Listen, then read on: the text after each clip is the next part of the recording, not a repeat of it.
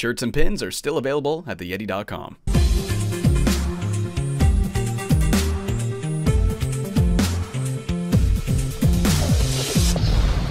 Nitro Rad. Out of all the attempts they made to reinvent or modernize Pac-Man over the years, I think most people would agree that Pac-Man World was probably the best stab they ever took at it. It was this super solid trilogy of 3D platformers on PS1 and 2. They aimed to take all of the classic mechanisms and aesthetics that made Pac-Man iconic and recontextualize them into a platformer, while adding fresh elements that would make it unique. And they did a pretty solid job. Pac-Man's rolly and bouncy nature made the game stand out from the crowd quite a bit, though they're not all without their flaws. Definitely not on par with something like Crash or Spyro or Mario and stuff, but despite their shortcomings, I do still really love these games. Yeah, even Pac-Man World 3. I mean, like, sure, the combat is dull enough to put me to sleep, but the exploration's fun as heck, and the writing actually did get the occasional chuckle out of me. I don't want to be doomed. I just want to go home. The second game was easily the best one, though. Pretty much took everything from one and made it bigger and better. Some difficulty spikes here and there, yeah, but it's still overall a pretty great time. And the first game's pretty fun too, although it can be pretty rough at times. I mean, PS1, right? It's not bad for their first go at it, yet there were a number of issues. The projectile attack was kind of weird and hard to use. There was clunky character physics that made some levels a nightmare to get through without flying off the stage, and man, it had this one boss fight that was so hellishly broken. I assure you, most people never saw the second half of the game. So of course, when I saw that they were doing a ground-up remake for this game, well, the first thing I thought about was how they could finally fix all of those stupid little problems. I tell you though, I was totally blindsided by the announcement for this thing. It's just that, like, I don't know, Pac-Man World isn't really what comes to mind when I think of remakes. Like it's Pac-Man World. It's not exactly the kind of game you're gonna fantasize about playing with new, shiny HD graphics and in the same way that you would with all of the iconic and whimsical worlds that come from games like Spyro or Shadow of the Colossus. Though I guess with the success of other platformer remakes, it was bound to happen eventually. I mean, come on, it's Pac-Man. You know how much they love re-releasing this kind of stuff. And it's not like Pac-Man World was a small time spin-off or anything. I mean, this thing sold well over 1 million freaking copies, and Pac-Man World 2 sold even more. Now that I say that out loud, actually, it's a bit strange that they're only remaking the first game, but oh well, I'll still take it. I mean, it is the one that needs it the most after all. Not so much because I think, like, the old PS1 graphics are outdated and bad or anything, but more so because this game's got a lot of problems. There's definitely some fixing up I'd like to see done to this thing. With how inconsistent remakes can be, though, I am pretty freaking curious about this thing. Like, how faithful is it? What did they change? Did they add anything cool? Did they fix everything and make it better than ever? Or does it just suck a gorilla's wombo ass? I just gotta know. So I figured, like, let's give this RE-PAC a nice thorough dive. Let's see what it's all really about. And yeah, I know I already did a video about the old version a number of years back, but I figured I'd go over it all from scratch once more, and we'll make comparisons to the original game along the way. Now, bro. Okay, I guess Namco contracted this one out to, oh, it's a long-running Japanese team. Funny, I've never heard of them. They've done some iconic stuff. GBA versions of Klonoa, that's pretty sweet. Now, what I find so curious about this choice in developer is that the original was created by an American team, Namco Home Tech. Usually you see American remakes of Japanese games, so it's kind of interesting seeing the opposite happen for once. So, right out of the gate, we're treated to a very colorful intro movie. Everybody's planning Pac-Man's birthday, and the ghosts arrive, plotting to kidnap Pac-Man. Though they're too dumb to figure out that this group of 5 people isn't Pac-Man, so they'd kidnap all of them instead. The ghosts will then grab each character in a variety of goofy ways, each time using a different trick or contraption. It's pretty freaking silly, you just gotta love it. Pac-Man then shows up to the shittiest birthday of all time, as a pamphlet for an evil fake Pac-Man's birthday drops from an escaping balloon. There's an imposter out there trying to steal our birthday. Well, we gotta put a stop to that. I still really love this plot. It's just so befittingly goofy of Pac-Man, but it is really different from the original. I mean, like, this is the exact same setup. The ghosts kidnap Pac-Man's friends and family in a variety of goofy and silly ways.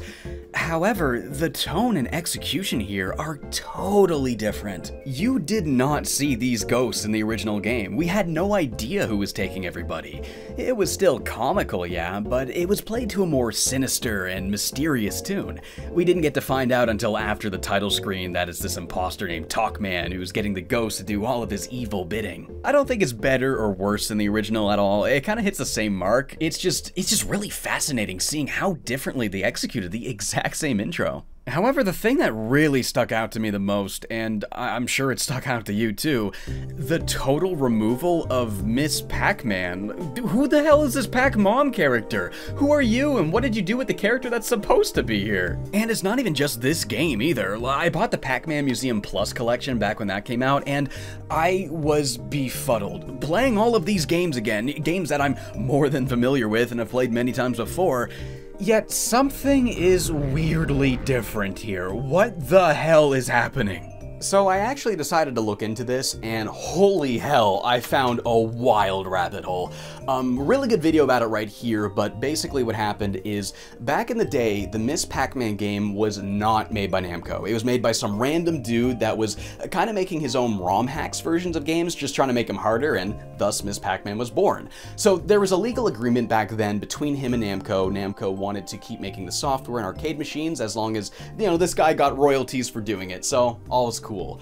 Years go by, the royalties dry up, the guy doesn't think twice about it because it's an old arcade game, but in the early 2000s he realizes, oh my god, Namco breached our agreement when they ported the software to newer arcade cabinets they built for like a 20th anniversary version or something. So basically, this guy's owed money. And I guess after years and years of legal headaches throughout the 2000s, he gets sick of this whole thing and he's just like, you know what, I'm just gonna sell the rights to Miss Pac-Man. I'm done with this. The company he sold it to was the shit-eating goblin company called @Games. You might know them for their terrible plug-and-plays. Now that they own the character, they've been right up Namco's ass about it, just trying to get something for it. So in brutal retaliation, Namco's just like, you know what, screw you, we're gonna delete Miss Pac-Man. You think we can't do that? You think we can't just delete? We're gonna do it. So that's why they've been editing her out of 25-plus-year-old games. All these re-releases that they get rid of her from, they're doing it because they were trying to remove the cultural idea that is Miss Pac-Man from the Pac-Man brand. And I guarantee you, that is one of the biggest reasons this remake even exists. Pretty wild, huh? Just a corporate swinging the hammer. I mean, to the person making this decision, it's just a check mark on a piece of paper, right? You pay another little team and they do all the work for you. Could you imagine that, like, a Mario Galaxy remake comes out one day and they just pretend Luigi never existed? Like, Luigi? What are you talking about? It's Mario's orange brother, Chris. Don't you remember Chris? Like, no, I don't. What are you talking about? Well, title screen's totally different, the music's exactly the same, but we got something a little bit more interesting than just a black background, a little wide shot of the beach. It's better, I guess, but it's still not all that exciting. I wish they had something more interesting than just the first map you see loaded in. They did the same thing with the box art. Am I the only one that thinks it doesn't look all that great? I mean, like, it's fine, but I don't know, the composition's kind of weird, Pac-Man's pose is a little bit dull, and the colors are weird and faded. A nitpick, yeah, but I don't know. I think this could look a lot better. Like, come on, it's Pac-Man. You're Namco. Give it the treatment, man. Well, let's start a new game. So we get another cutscene of Talkman walking around complaining about the party when a ghost arrives with news of Pac-Man arriving on Ghost Island. Oh no, the ghosts are screwed. Once more, it's the exact same scene from the original, but man, is the execution ever different as well. Firstly, the spoken dialogue was replaced with gibberish and subtitles. What do you want? Pac-Man's here on Ghost Island! And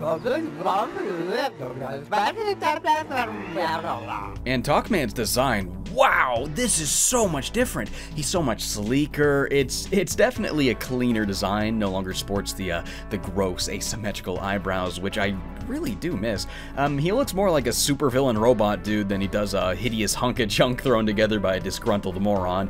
He's even got a jetpack now, whoa. And it also feels like they wanted to make him more involved in the ongoing plot. Before every boss fight, fight, he'll show up and be like, ha, and then go away, and then the fight ensues. Again, I don't think it's better or worse than the original, but it is a very different interpretation of the character.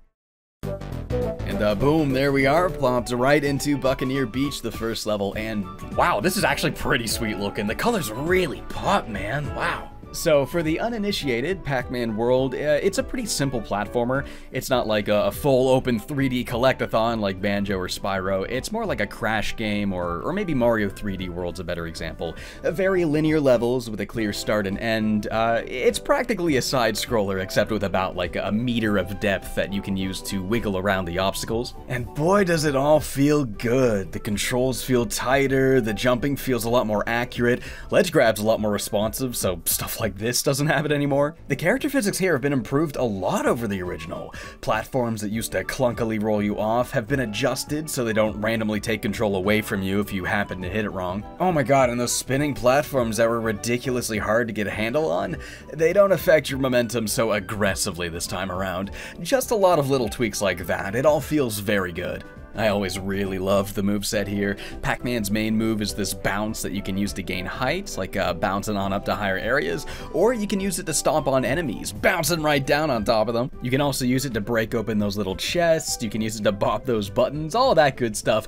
It's just a really good move that lets you interact with the environment in a number of different satisfying ways. I also love how it'll speed up a little bit if you do enough of them in a row. If you get this flow going, you can really just plow through those staircases and certain platforms. It's just all around a fantastic move. As for the other actions, Pac-Man also has this rev where he'll run on the spot and take off with a burst of speed. This can be used to slam into enemies or launch yourself off of ramps or up steep slopes, or you could use it to charge up those rev pads, activating some sort of mechanism or perhaps making the platform you're standing on move, or you could just use it for plain old going faster. I kind of wish it had a little bit more of a physicsy feel to it though, if you know what I mean. Like, the speed you get from this thing does not carry into your jump whatsoever. It's as if it all disappears the moment you leave the ground. Now, using this as an attack in the original game was always a terrible idea. The recoil from it was so strong that it'd send you flying off the stage half the time.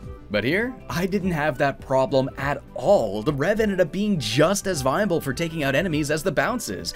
I was using it so much more for that in this version, and it ended up being a rather fun way to take out enemies. Now that's a solid change right there. The last way you can fight enemies is by throwing these PAC dots. Yeah, all those dots you've been picking up. Here, there's actually a solid use for them. Tapping the shoulder button will have Pac-Man toss one of these out. It's really good for enemies that are hard to attack without getting hit with the rev or the bounce, like these little robot guys and their torch heads that flip up and down. You can even charge it up and do an exploding dot that has way more range. Now, this is something that was actually really weird and awkward in the original.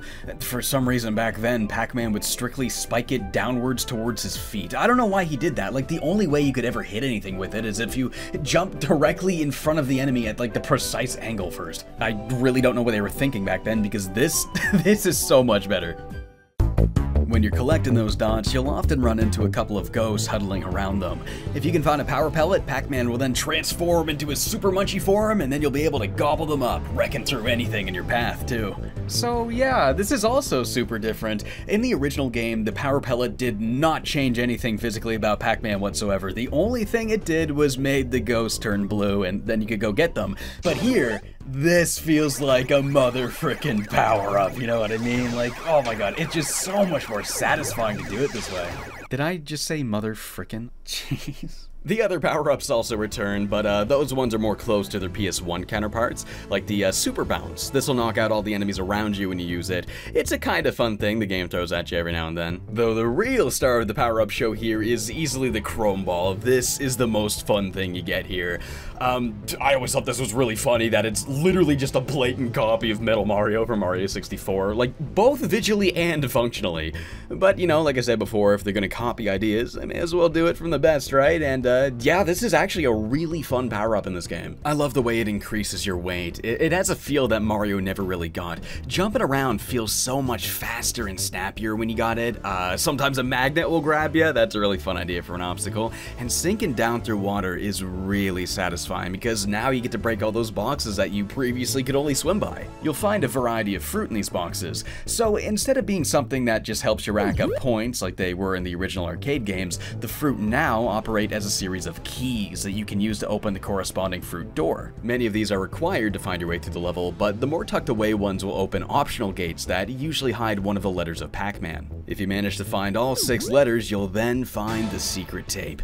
No, I'm joking, you'll get to play a bonus stage at the end of the level. These are pretty straightforward. It's just a variety of small, open-ish areas that you gotta collect as much fruit in as you can before the time limit's up. The better you do, the more lives you'll get. Oh, wow. Oh my god. Okay, well, I guess this version is way more forgiving with the extra lives. Not that the original version is unforgiving or anything. I feel like I always had enough to get through the stages rather comfortably, even while making a decent amount of mistakes. But now they give you so freaking many that you're not even gonna know what to do with them all. They mostly come from this big machine here. Yeah, the one that you throw all your dots and fruit into at the end of each level for bonus points. This thing is now also a slot machine. For every token you found in that level, you'll get another spin at it. The thing is though, it's always the exact same sequence, so with a little bit of patience and practice, really easy to get 3 Galaxians in a row. Spend a little bit of time here and you'll be in the 100 Lives Club in no time. Except you'll be doing it for the trophy, not because it affects the gameplay at all. I know lives are a classic component of games like this, but I really don't think it's serving much of an actual mechanical purpose here. Still though, collecting everything in every stage is a ton of fun. The levels may be linear, but there is tons to find. You'll be busting open every box, opening every locked door, finding all the secret rooms. Going through the level with a fine-tooth comb, actually pretty dang gratifying. And you'll know when you missed a letter as well, giving you this general ballpark area to look in. I really love this a lot because it's a really helpful way to steer you in the right direction, but without just like giving it away. One of my favorite levels for this is down the tubes in the factory world. It's this big underwater maze made of pipes where you gotta look for all the fruits and get to the right doors, but it's not like overwhelmingly big. I really appreciate having at least one level that's kind of maze-like because, you know, that is what Pac-Man was all about after all. And of course, alongside the fruit, there's also the hidden Galaxian. If you find this guy, you'll then get access to a bonus maze. These are okay. I mean, like, it is just classic Pac-Man, but some of the obstacles in the later ones are kind of annoying. It's just stuff that turns on and off in timed intervals, so it's like, if you're unlucky and you're just getting away from a ghost, oh no, you just have to wait for it to go away, and, you know, in a game where you gotta keep moving, it's more annoying than it is challenging. Though they did add an option to zoom the camera out, finally. Oh my god, the camera used to be strictly this close. You couldn't see anything. You can't tell where the ghosts are gonna be going if you couldn't see them, right? At the very least, that is no longer a problem. So, of course, in classic Pac-Man fashion, the final item you can grab is the key. If you want to save the Pac person in that world, you'll first have to find this. Sometimes the key will be in a different level in that world, which sounds annoying, but they do have the decency to let you know which one it is. The cages, on the other hand, those will always just be in plain sight. Now, this is something that's also pretty different. In the original game, you had to rescue everybody before it let you play the final level and finish the game, but here, it's optional. If you want, you can do a playthrough where Pac-Man has no interest in saving his family and just wants to go kill some ghosts. Doesn't matter, you're gonna see the credits either way. I'll get into the reason for this later in the video. It's actually pretty neat. Okay, so I'm pretty happy so far with this remake. The visuals are crisp, yet they preserve the original cartoony simplicity. Pac-Man remains as expressive as ever. He may not look like he wants a hug whenever he jumps anymore, but the infectious joy of his goofy expressions is something you can once again expect, complete with all of the silly idle animations as well. And the controls are really great. Those have definitely seen a big improvement. Though there is a pretty bad hiccup in the moment-to-moment platforming that was not present in the original, and that hiccup is Pac-Man's shadow. In the original game on PlayStation, Pac-Man's shadow was just a simple circle that was always directly beneath him. No matter what the context or the lighting or how that level looked, that shadow was always in the exact same spot. We need that consistency so we can consistently tell where we're going to land if we let them drop. Rayman 2 even says this out loud. Sometimes if you want to learn game design, games make it easy. There is a mechanical reason platforming characters have this kind of unrealistically casted shadow. I mean, hell, some games even take it a step further and make it stand out better with bright colors.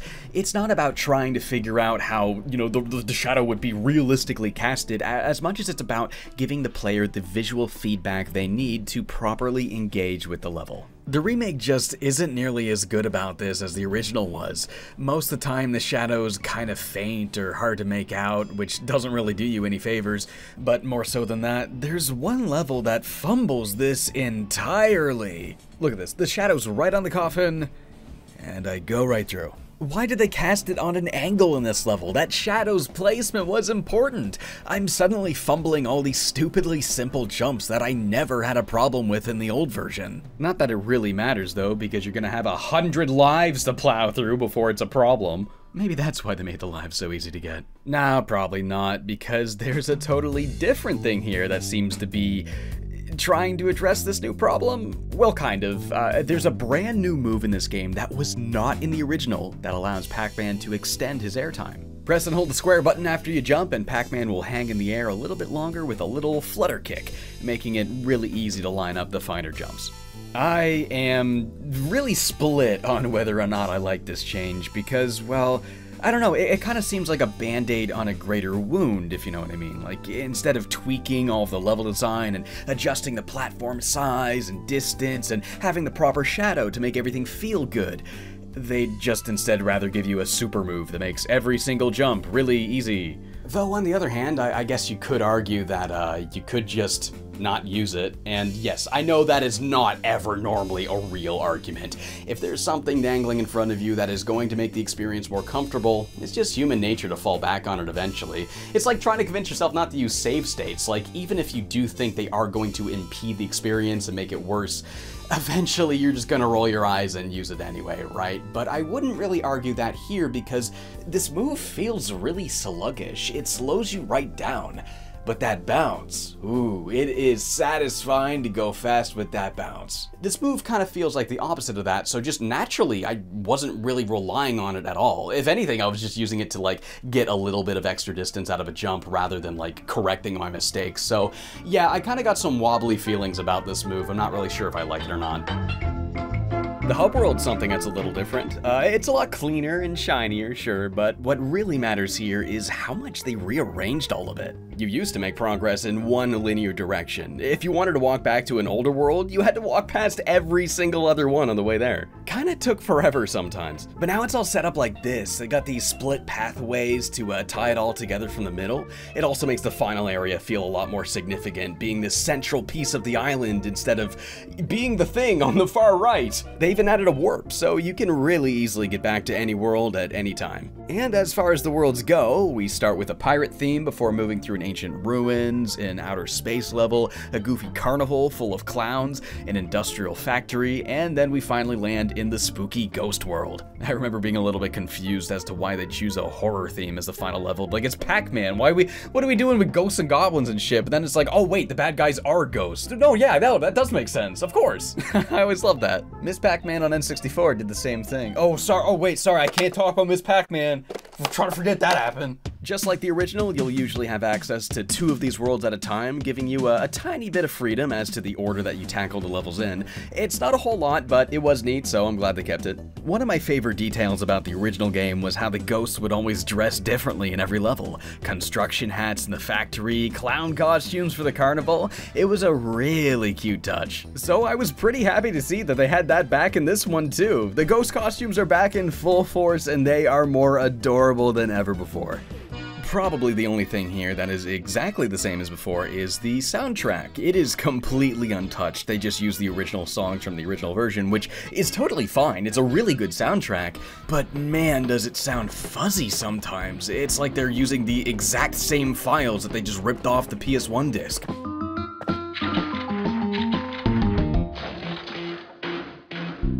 It's not always an issue, but when it is, boy, is it noticeable.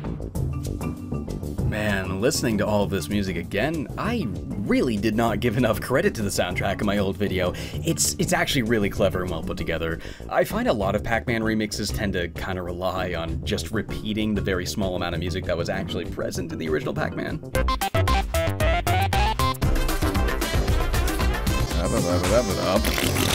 You see what I mean, right? But the soundtrack for this game instead uses bits and pieces of the original and sprinkles it throughout a brand new score. They'll take the sequence of notes and flesh it out into something different, or maybe they'll grab a bass line or a basic chord progression and explore it in a totally different way for each and every level. And that becomes... It does such a good job at making every song sound like it's from Pac-Man, but like without just repeating the same song that we already know.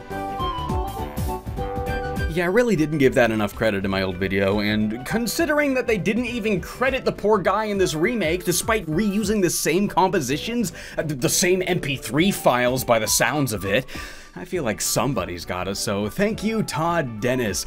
The other guy here I think was just a sound effect, so I'm pretty sure it was Todd here. Moby Games and various other places online credit Tommy Tallarico. He shouldn't get the credit just because it was recorded at his studio. What's with this guy not being able to get the credit he deserves? Come on! Okay, now the boss fights. These have probably seen the most changes of all. My brain went straight to the Anubis Rex fight when I first saw the trailer, and I am pleased to say, they totally fixed it! They did it! Wow, like the jumping feels better, the rev always snaps you to the rev pad properly so you don't fly off the stage just because you were 1 pixel off. They didn't nerf it either, like they still launch a shit ton of stuff at you, so it's still rather challenging. It took me a couple of tries even, but now when I died, oh yeah, it actually felt like it was totally my fault. I can't believe it, they did it! They fixed Anubis Rex! They fixed it! Though Pac-Man doesn't do the funny dance anymore when you escape the guy. I mean, he doesn't even do it when you beat a level anymore, it's completely gone. What the hell? Come on, Namco, bring back the funny dance! Put it back in the game! The first boss is really about the same. Hit the switches to launch the cannibals back at the pirate ship. Self-explanatory as hell and not very hard at all. The Galaxian fight has some changes. I'm kind of split on some of them. I mean, on one hand, you don't have to mash the button to fire anymore, you just hold it. Thank God, no broken thumbs this time. That was a nightmare. And I love the HD treatment they gave the boss. He looks so freaking cool. On the other hand, though, it feels a little bit too easy this time. Like, I really don't think they had to nerf him this much, especially since Anubis Rex fixed the fight while maintaining the challenge. Though I guess it is a pretty dang cool sequence even still. Clown Car Race is super different. Instead of careening through a bendy track from a bird's eye perspective, RE-PAC has us in a first-person view with more traditional steering. I never thought it was anything special before, so honestly, I think this one is a big improvement. It's way more fun now, creeping up on each ghost and using the Pac pellets to ram through them as you physically tower over them. The first-person perspective helps that effect. I gotta say, I'm liking the changes to this one. The robot fight is also pretty different. What used to be a slogfest of gradually hitting a bunch of simple switches is now this conveyor belt of mayhem. Dodge everything that comes your way, look for a chrome ball, brave the glowing hot pipes, and land the blow. Hell yeah. If you ask me, it's a more engaging gameplay loop than it was in the original, so again, really love the changes to this one. And that leaves us with Talkman, the iconic final fight.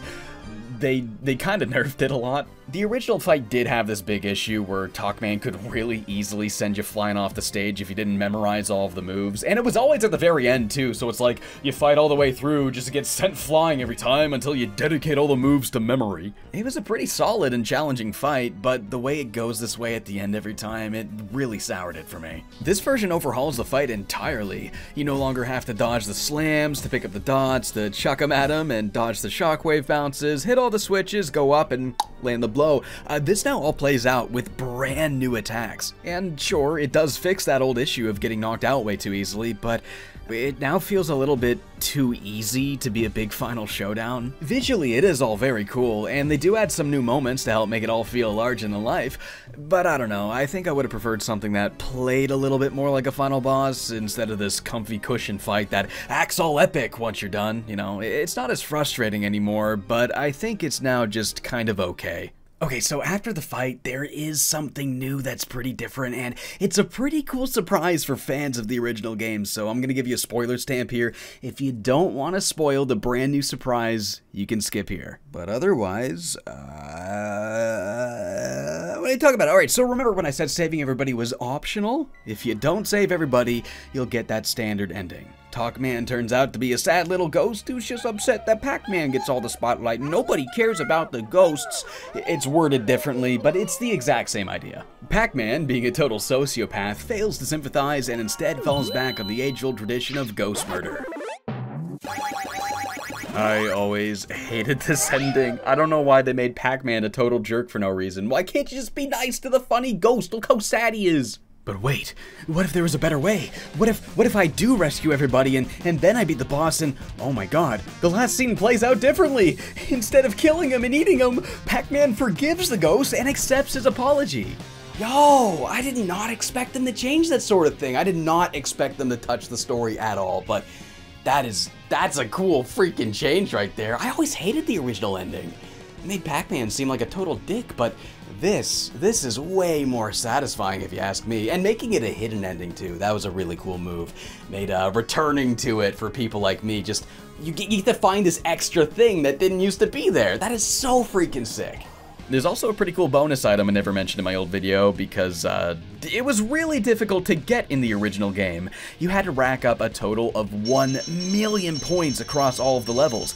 I don't have footage of that because it's so freaking hard to do. I never bothered to really do it, but you would have got this universal key that could open every single door in the game. No fruit required. In this version, you instead get it at 765,000, which is way more doable, especially considering that the new slot machine is also pretty good at racking up extra points. Making this easier to get was a really good move, because if you got 1 million points already, that means you've already beat the game completely. You've done everything you could possibly do, so what's the point of it then? What use could you possibly have for a master key if you don't need it anymore? Here I got it when I was pretty close to 100%, but not quite there yet, so instead of being this useless thing, it got to be this really helpful tool for making the cleanup more efficient. The new score you need is also a pretty deep Namco reference. 7650 is a reoccurring number in a lot of Namco games. It's usually the biggest score you can achieve by like doing one action. There's actually a subtle reference to this in the original game too with Pac-Man's address, but since they got rid of that in this version, I guess they thought to sneak it back in a different spot. I thought that was pretty cool. So, overall, pretty solid freaking remake, I gotta say. Like, they fixed everything I took issue with in the original, so if you want to play a version of Pac-Man World that doesn't have all the frustrating bits, yeah, this is easily the best way you can currently do that.